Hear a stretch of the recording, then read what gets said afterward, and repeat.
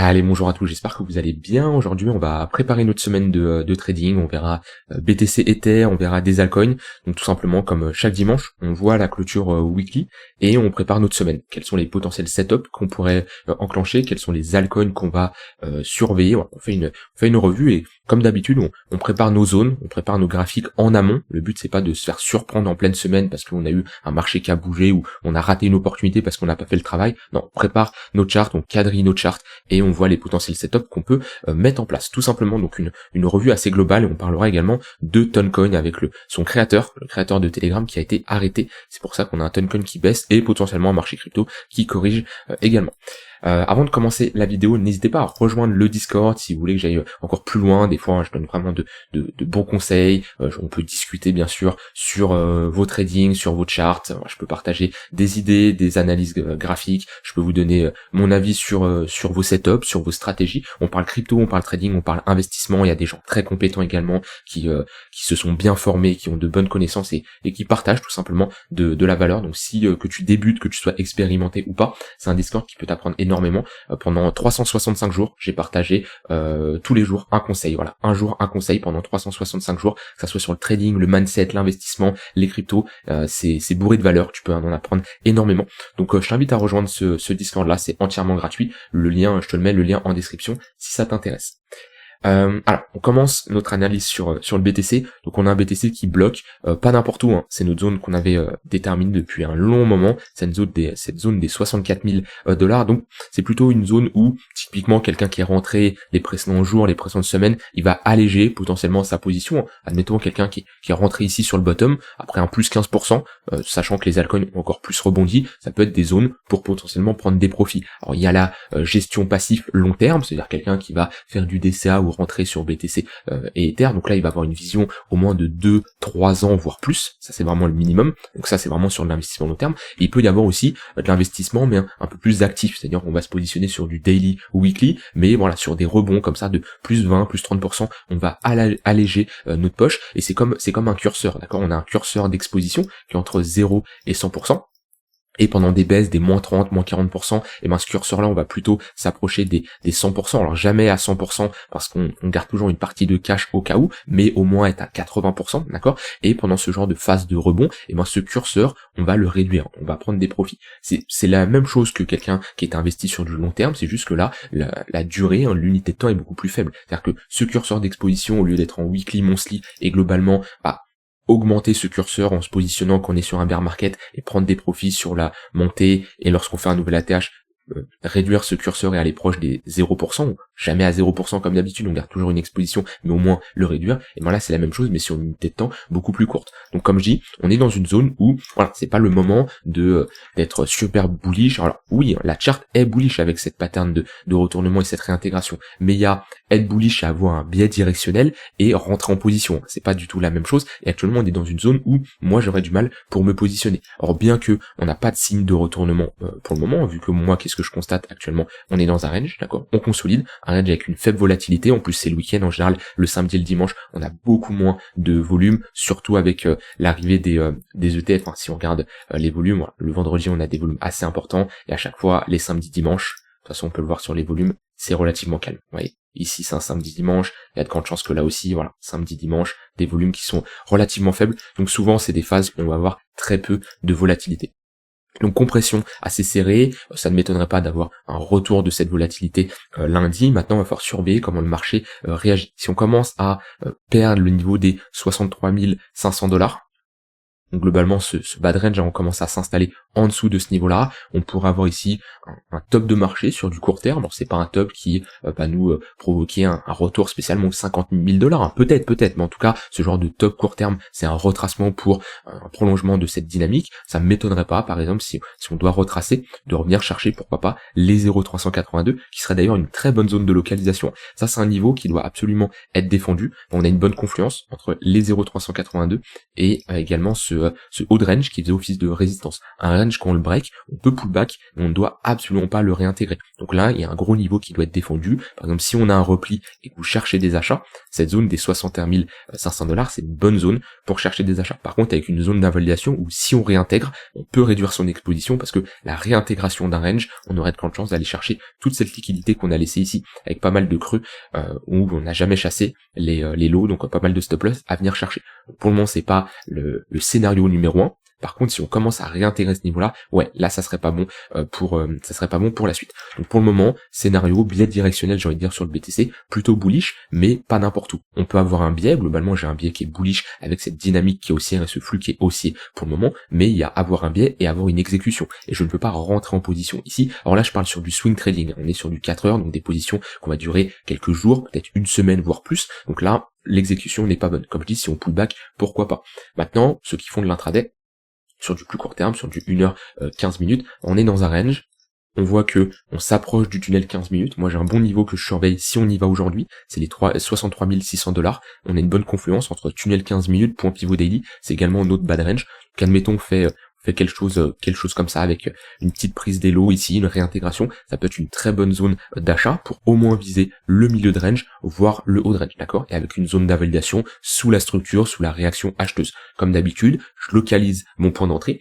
J'aime bien avoir des confluences, ça m'augmente la probabilité d'avoir une réaction, donc ça sert à rien d'avoir non plus 15 000 confluences, je vais pas mettre, voilà, là j'ai des moyennes mobiles avec un point pivot, je vais pas rajouter d'autres indicateurs, après ça sert à rien d'avoir trop d'informations, si on cherche à trop confirmer une entrée, c'est souvent qu'on n'a pas confiance et qu'on veut à chaque fois rajouter des indicateurs et encore, ça c'est, voilà, on cherche des confirmations ailleurs et à partir du moment où ça sort de votre plan de trading, des outils que vous maîtrisez et vos stratégies qui vous dit d'utiliser ces indicateurs-là dans le cadre de ce setup-là, ça n'a rien à faire ici, vous allez juste vous embrouiller, et c'est juste que peut-être vous êtes sur une série de pertes, du coup vous avez peur de perdre à nouveau, alors que un trade doit être traité toujours indépendamment, d'accord? On ne doit pas prendre en compte le résultat passé pour traiter un trade. Et c'est ça l'erreur, c'est souvent, on va faire une perte, une seconde perte, et le troisième trade, on va hésiter à le prendre, parce qu'on est sur 2 trades d'affilée qui sont perdants, et mentalement parlant, émotionnellement parlant, c'est beaucoup plus compliqué, parce qu'on a peur de faire une troisième perte, alors que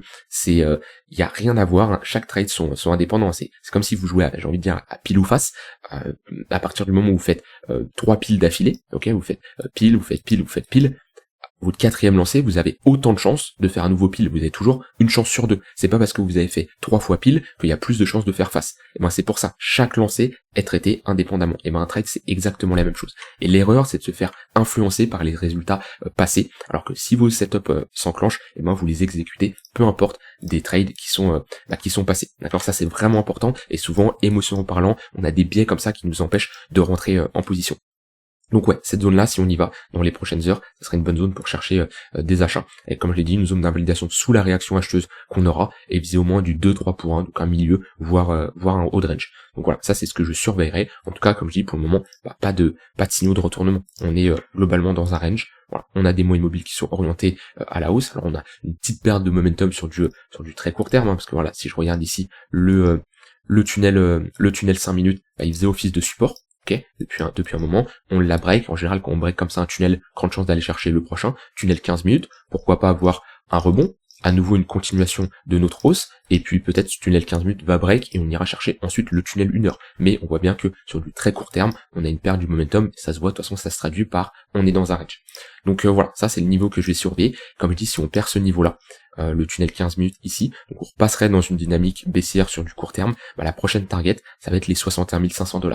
Comme je dis, j'ai une très bonne confluence ici avec les 0,382, on a le tunnel 1 heure, le tunnel 4 heures, un point pivot weekly, là j'ai une grosse confluence où j'aurais de très bonnes raisons de rentrer en position en tant qu'acheteur si on revient à cette zone-là. Et là ça serait plutôt sur du swing. C'est vrai que je fais très peu de swing en ce moment, je fais beaucoup plus de l'intraday, j'ai beaucoup plus de setup qui s'enclenche sur du court terme, et surtout on est dans un contexte de marché qui est compliqué, je trouve, pour prendre des positions sur du moyen terme. En tout cas, le contexte est difficile, et je préfère prendre des positions que je vais garder une journée, allez, 2 jours maximum, comme ça sur l'intraday. Donc voilà pour le BTC. Donc si je devrais dire les zones que je surveille pour cette semaine, alors la zone vraiment sur du court terme, ça va être le rebond dans le tunnel 15 minutes. Donc ça va être aujourd'hui, peut-être lundi, en fonction de comment le marché réagit. Et si on a une correction un peu plus profonde dans cette semaine, donc ça nous ferait ici une baisse de moins 4%, c'est cette zone-là que je vais surveiller, les 61 500$. Si on n'y va pas, et qu'on a un prolongement de notre hausse, continuation de la tendance sur du court terme, donc pullback dans le tunnel 15 minutes, ça peut être une bonne opportunité, c'est-à-dire quelque chose, on fait quelque chose par exemple comme ça, et là à nouveau on a un tunnel 15 minutes qui rejoint le cours, enfin c'est, voilà, on peut avoir une opportunité au moment du pullback dans ces moyennes mobiles là. Donc ça c'est si on break par le haut, et si on break par le haut c'est 64 000$, prochaine target les 67 000$, voilà, c'est la prochaine target cette semaine. Donc voilà, vous avez mes différents scénarios sur BTC, je n'anticipe pas ce que va faire le cours, comme d'habitude, je réagis à le marché s'il va dans mes zones ou non. Donc vous avez vu mes zones, première zone sur du court terme, cette zone là, les 63 500$, sur du court moyen terme, on reste quand même sur du court terme, les 61 500$ si on a une correction, et si on a un break, objectif les 67 000$ et de la continuation de tendance jusqu'à chercher ce niveau-là, tout simplement.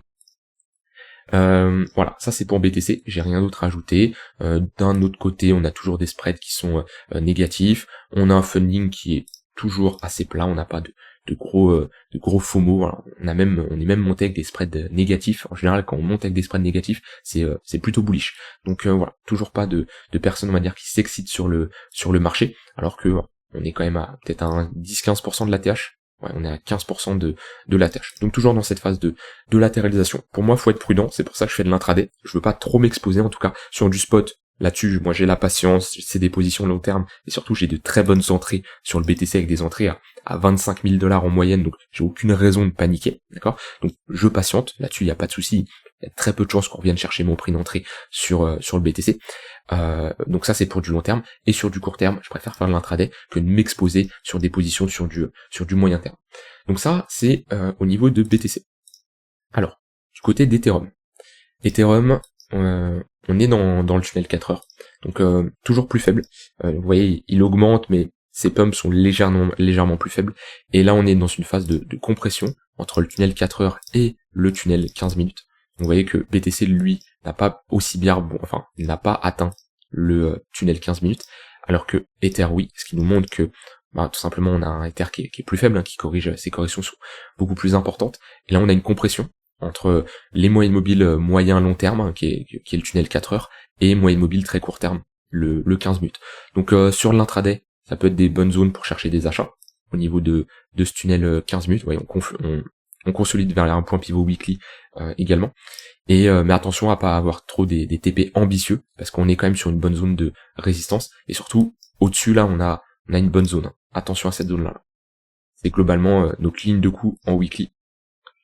Ouais, cette zone-là même. Là, on a ligne de coup en mèche, et là, on a ligne de coup en clôture de bougie.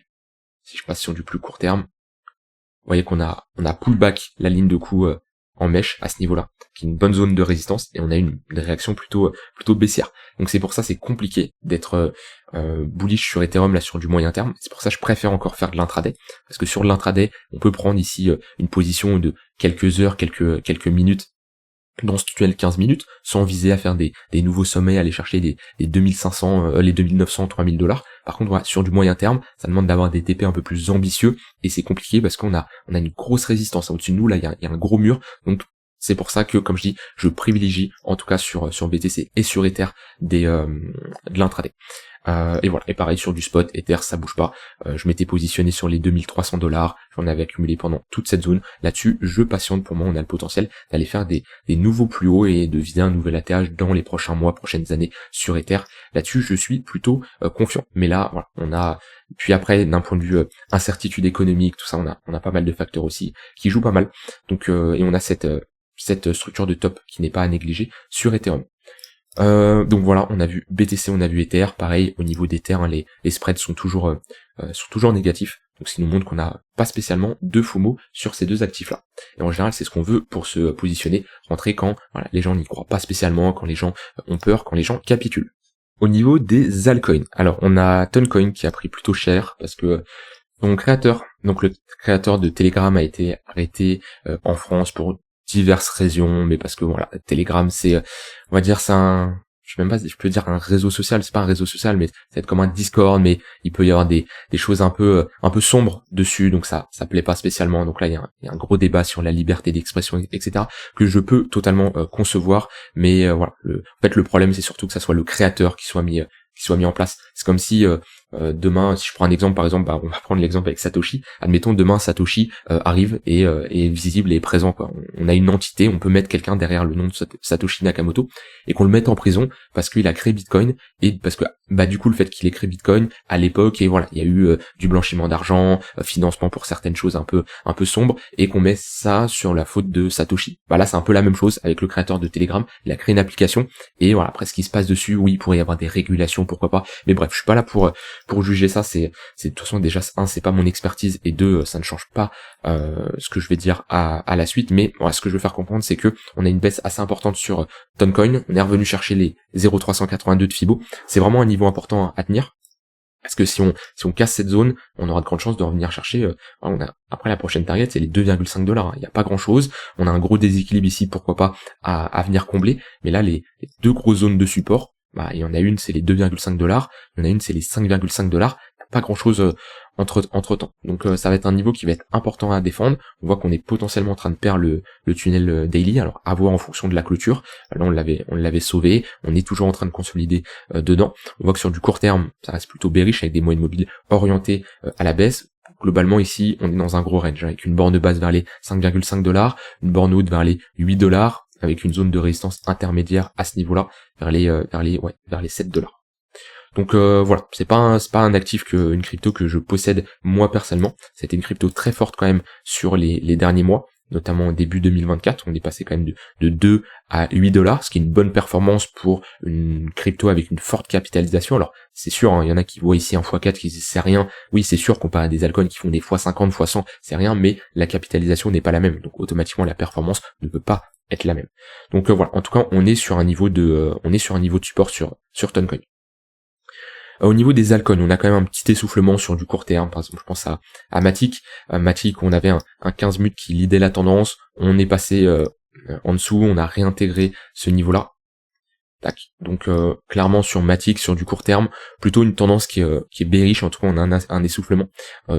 Pourquoi pas chercher des achats si on repasse au-dessus de ce niveau-là et qu'on flippe cette zone de résistance en support. Mais tant qu'on évolue sous les 55 centimes là, 54,4, à ce niveau-là, c'est compliqué de chercher des achats, parce qu'on a eu quand même un break de notre dynamique, la réintégration d'un range. Alors oui, ce que je vous dis, les ranges précédés par une dynamique haussière ont plus de chances de break par le haut. Par contre, le fait de les réintégrer, structure de retournement ici, petite dynamique haussière en 1 heure, on réintègre un niveau. Si on avait pullback, ok, pourquoi pas. Là, on réintègre. Ça nous montre quand même qu'on a une réaction vendeuse. Voilà, on a un momentum en plus qui est plutôt bearish. Je vous en avais parlé, Matic. Je crois que c'était hier.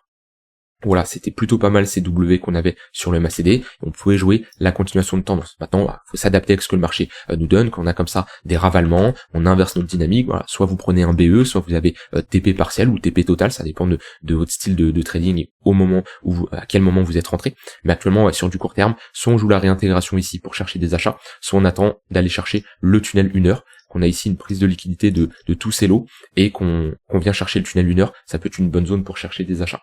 J'ai peut-être des confluences. Ici, j'ai un point pivot monthly vers les 50 centimes de dollars, qui peut être une bonne zone. On voit qu'on a rejeté d'ailleurs sur un point pivot monthly. Ensuite, les points pivot weekly sont trop bas. Faudra voir avec la nouvelle semaine qui va être créée là avec la clôture weekly, où on va avoir ces points pivot weekly. Mais voilà. Donc les différents setups là que je t'enverrai, que ça soit dans les prochaines heures ou cette semaine, réintégration du tunnel 15 minutes. On peut chercher des achats pour repartir dans une tendance haussière, ou alors prise de ces lots là, prise de liquidité, pullback dans le tunnel 1 heure avec une bonne réaction acheteuse. Ça peut être également une zone pour chercher des achats. Ça c'est pour Matic. Alors là, je vais regarder les altcoins qui sont fortes, surtout ceux qui ont bien performé ces derniers temps. Donc voilà, cette semaine, on a Matic, Avax, NIR, c'est voilà, PEP également, c'est les altcoins qui sortent du lot. Et je préfère me positionner comme ça sur des altcoins qui sont plutôt fortes. Au niveau d'Avax, hop, je vais masquer tout ça, tac, on avait break cette zone de résistance, on est en train de pullback dans le tunnel 15 minutes, enfin on a pullback, on a plutôt une bonne réaction actuellement, et voilà, c'est une zone où, comparé à Matic, où lui, il la break, on voit que là, c'est plutôt pas mal, on a réagi dedans, on a une bonne réaction acheteuse, on est en train de repasser au-dessus de cette zone qui faisait office de résistance, qui a fait office de support. Donc là, la clôture est plutôt pas mal. Et dans ce genre de configuration, pareil, on peut chercher des achats pour viser la continuation de tendance. En tout cas, ce genre de chart, moi, ça me donne pas envie de vendre. D'accord? Ça me donne plutôt envie de faire de la continuation de tendance. Maintenant, pareil, on se positionne pas n'importe comment. Le but, c'est qu'on a comme ça un prix qui est autant vertical, à ce niveau-là, on attend des replis sur des points de repère pour viser la continuation de tendance. Et bien sûr, avec une zone d'invalidation. Admettons quelqu'un qui se positionne ici, et ben il va mettre un stop loss sous ce niveau-là, parce que si on commence à repasser, refaire un creux plus bas et qu'on break le tunnel 15 minutes, on sera plutôt dans une dynamique qui est baissière. Et est-ce que on veut holder une position qui est plutôt une position de tendance haussière dans une tendance baissière? Absolument pas. Par contre, si on réintègre la zone qu'il faudra surveiller, on a une bonne confluence ici, vers les 25$. Déjà, c'est un chiffre rond psychologique. On a le tunnel 1 heure et on a cette zone de résistance qui fait maintenant office de support vu qu'on est passé juste au-dessus. Donc ça, c'est pour AVAX. Je vous donne là, comme je dis, les altcoins les plus fortes. Alors, au niveau de NIR. Donc NIR, on en avait parlé. Attention, sur du long terme là, on est sur un pivot clé. La zone des 5$. Chiffre rond psychologique, tunnel daily, zone de résistance. Ça me surprendrait pas d'avoir du mal à passer cette zone et de consolider un peu. Déjà, on voit qu'on a un premier rejet, pullback dans le tunnel 15 minutes, réaction, qui est plutôt pas mal, parce que j'avais une confluence ici, j'avais un point pivot, tac, plutôt une bonne réaction. Donc là, pareil, sur du court terme, ça peut être une zone pour chercher des achats, mais, comme je dis, ça me surprendrait pas d'être dans un range. Donc, chercher des achats dans cette zone, pourquoi pas. Attention à ne pas avoir un TP trop ambitieux, à aller chercher des 5,5 voire plus, parce que on a un gros niveau à passer. Par contre, si on commence à s'affranchir de ce sommet-là, flip cette zone de résistance en support, on peut aller chercher bien sûr des prochaines targets, et j'avais comme prochaine target cette zone-là des 6,3$, qui est une bonne zone de résistance. Donc voilà, NIR, la charte est plutôt pas mal. Pareil, c'est une altcoin qui est forte, avec une bonne dynamique qui est haussière, mais attention à ne pas se précipiter et à ne pas rentrer n'importe où, parce que dans ce genre de phase où on a une résistance qui est assez proche au-dessus, j'ai envie de dire au-dessus de notre tête, c'est là où l'exécution et le timing doit être bon. Si vous rentrez pas à la bonne zone, ça va vous donner un risque trop important. Admettons, je rentre ici, j'ai une zone d'invalidation sous ce point pivot daily ou sous le tunnel ou sous le creux ici. On voit que pour aller chercher du 2 pour 1, je dois faire un nouveau sommet. Si j'ai une bonne exécution, juste le fait de retracer, par exemple dans cette zone d'imbalance, dans une zone de rechargement de short, j'ai un 2 pour 1, ce qui est le minimum que je recommande à avoir lorsque vous tradez, et je ne vise pas un nouveau sommet. Donc ça, c'est important à prendre en compte. Je voulais regarder Link également, une altcoin qui avait bien performé. La charte me plaisait bien. Vous voyez, on a bien pullback dans le point pivot daily, tunnel 15 minutes. On a une dynamique qui est plutôt haussière. Par contre, pareil, attention, vous voyez qu'on a pas mal de charts qui se ressemblent. Là, on a une grosse zone de résistance au-dessus de nos têtes. C'est jamais précis une zone de résistance, mais là, on voit qu'on a un gros bloc. Alors si je l'affine, la plus grosse partie la plus grosse résistance, elle est ici, avec ici une résistance intermédiaire quand même. C'est notre plus bas. Et voilà, donc on a beaucoup cette configuration sur les altcoins, une dynamique qui est haussière. C'est pas mal sur du court terme, mais on a un mur au-dessus de nous, quoi. Et Link, voilà, on a une dynamique qui est haussière. On augmente bien. Alors on a sûrement un affaiblissement ici, ouais, je le vois bien, sur du 4 heures, on a une divergence baissière, ça nous indique pas un retournement de tendance, mais ça nous montre que, attention, les acheteurs s'affaiblissent. Mais pour le moment, on pull back, donc on a plutôt une bonne réaction.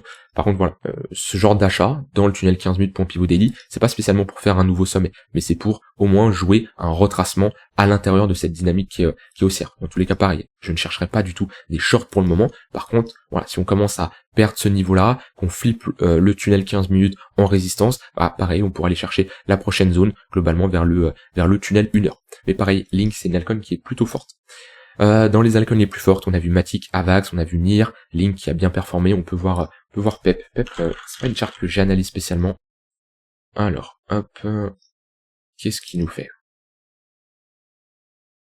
Ok, il a réintégré un niveau plutôt pas mal, globalement ce niveau-là. On est repassé au-dessus, on a même pullback. La charte est plutôt pas mal. On a pullback la zone, on l'a réintégré, on repasse au-dessus du tunnel 1 heure. On a une petite résistance ici. Mais ouais, c'est pas mal. On passe au-dessus du tunnel 4 heures. On a break le 4 heures. On a break le daily. Alors, le daily, c'est un peu trop tôt pour le dire vraiment que c'est un vrai break. Ce qui serait bien, c'est vraiment de bien s'installer au-dessus. Mais déjà, en tout cas, sur les mois immobiles court terme, c'est plutôt pas mal. Et dans le même cas, Pep, on va faire de la continuation de tendance, hein. Et les pullbacks, tunnel 1 heure, tunnel 15 minutes, c'est des bonnes zones. Si je regarde après le break de ce niveau-là, on peut aller chercher cette zone de résistance là, à ce niveau-là. Il y a pas grand chose, hein. Pour moi on peut pousser, et après il faudra faire gaffe dans cette zone-là. Voilà pour Pep. En tout cas, j'ai fait le tour des altcoins les plus fortes, comme d'habitude.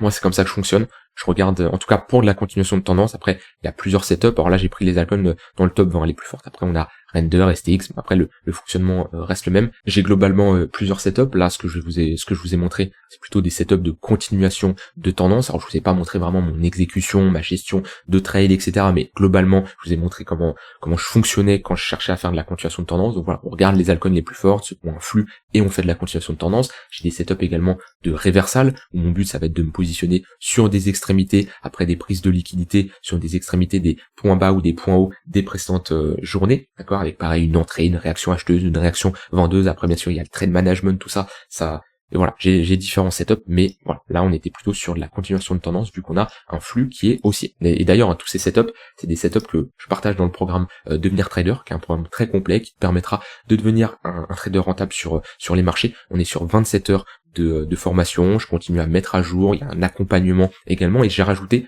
très récemment une garantie trader rentable ou remboursé, ce qui veut dire que j'ai confiance en le programme que je propose, que ça soit via les cours que j'enseigne, via l'accompagnement, via les retours aussi des personnes que j'ai coachées, que j'ai accompagnées, que j'ai formées. Donc c'est une garantie où si après avoir suivi tout le programme, tu n'es pas rentable, tu n'as pas une amélioration de tes performances en trading, et ben je m'engage à te rembourser intégralement. Donc voilà, je pense pas que tu trouveras ça ailleurs dans les différents programmes et formations qu'il y a sur internet. Peut-être parce que ils savent très bien que leur formation ne tient pas la route, mais bon, ça c'est un autre débat. Voilà. Moi, comme je dis, je suis confiant de ce que je propose, et en tout cas avec les témoignages que j'ai, les personnes que j'ai coachées, je vois bien les résultats, ce que ça donne. Donc voilà, en tout cas, garantie trader rentable ou remboursé, c'est la nouvelle garantie du programme. Vous avez rien à perdre, je prends tous les risques pour vous, donc j'ai envie de dire, vous avez aucune raison pour ne pas vous former. Si ça vous intéresse, je vous mets le lien du programme en description. Et j'ai pas grand chose à ajouter, on a fait tout le tour. Dans tous les cas, bien sûr, je continue à faire des updates cette semaine, que ça soit sur les altcoins ou sur le BTC si ça bouge. Je vous souhaite une très bonne fin de journée, et je vous dis à demain pour une prochaine vidéo. Bye bye.